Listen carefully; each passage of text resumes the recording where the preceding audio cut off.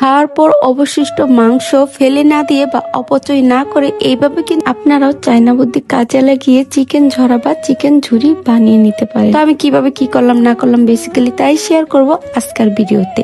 আসসালামু আলাইকুম, সবাই কেমন আছেন? আশা করি ভালো আছেন। আলহামদুলিল্লাহ আমি অনেক বেশি ভালো আছি। তো এই তো ভাইয়ের বাসায় আসার পর সেদিন রাত্রে, যদিও এই ভিডিওটা অনেকদিন আগে, আম্মু আব্বু যখন হজে ছিল, মানে হজের টাইমটার ভিডিও আর কি, কোনো এক কারণে ওর বাসায় আসছিলাম কি, তো যাই হোক অনেকদিন হয়ে গেছে। তো আমার ছোট ভাই আমাকে জিজ্ঞেস করলো যে কি খাবার আতে, তো বাহিরে যেহেতু আছে কিছু খেতে মন চাইলে বল।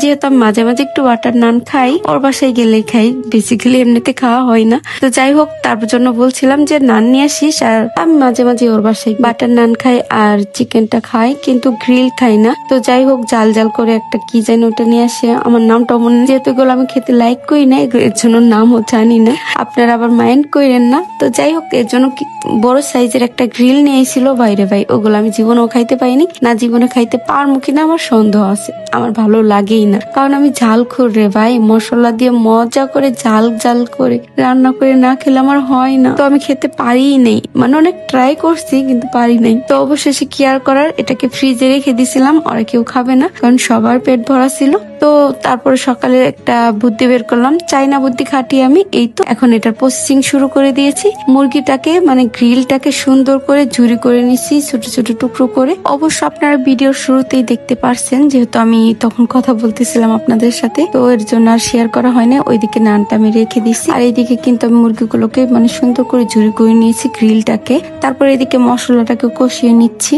প্রথমে কিন্তু কড়াই একটু তেল দিয়ে, তারপরে জিরা দিয়ে, তারপর পেঁয়াজ মরিচ দিয়েছি, জিরাটা ফোড়ন আসলে আর কি পেঁয়াজ মরিচটা দিয়ে এর ভিতরে বাটা মশলা দিচ্ছি, একটু আদা বাটা, একটু রসুন বাটা, জিরা বাটা দেওয়ার পরে তারপরে যে বিভিন্ন ধরনের ফাঁকে দিয়েছি, হলুদ গুঁড়ো, মরিচের গুঁড়ো আর কি কি গুঁড়ো ছিল আমি জানি না, দিচ্ছি আর কি। তো এটা কিন্তু গ্রিলের সস ছিল, তো ওই সসটাও দিয়ে দিলাম। এই তো সসটা দিয়ে দিচ্ছি, দেওয়ার পরে কিন্তু মশলাটাকে ভালোভাবে কষিয়ে নিব। আর আপনি যে কোনো রান্নাতেই মশলা যত কষাবেন রান্নাটা ঠিক ততটাই মজা হবে। তো যাই হোক আর একটু পানি দিয়ে তারপরে এই তো মাংসগুলো দিয়ে দিচ্ছি, দিয়ে একটু নাড়াচাড়া করে আর একটু পানি দিয়ে জাস্ট 3 মিনিটের মতো কুক করে নেবো, মানে পানিটা শুকাতে যতক্ষণ লাগে, মানে বেশিক্ষণ লাগে না এটা রান্না করতে, জাস্ট 5 মিনিট হলেই এনাফ। আর আজকাল ভয়েসটা একটু ইগনোর করবেন, কারণ আমার গলাটা ঠান্ডায় বসে গেছে, যার কারণে ভয়েসটা কেমন কেমন লাগতেছে আমার নিজের কাছেই। তো যাই হোক এটা স্কিপ করবেন। তো এই তো দেখেন পানিটা শুকিয়ে গেছে, এখন একটু ভাজা ভাজা করে এটাকে নামিয়ে নিব।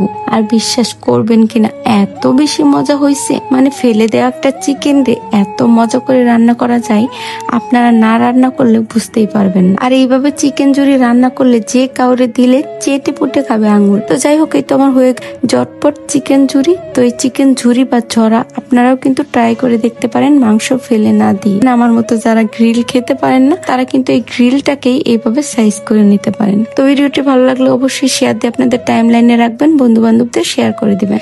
এখন খেয়ে নিব, তার জন্য আপনাদের কাছে বিদায় নিচ্ছি। আর আপনারা কিন্তু অবশ্যই মাশাআল্লাহ বলবেন, নজর দিবেন না, খবরদার। আর রেসিপিটা কেমন হয়েছে অবশ্যই কিন্তু কমেন্টে জানাবেন। ভালো থাকবেন সবাই, আল্লাহ হাফেজ।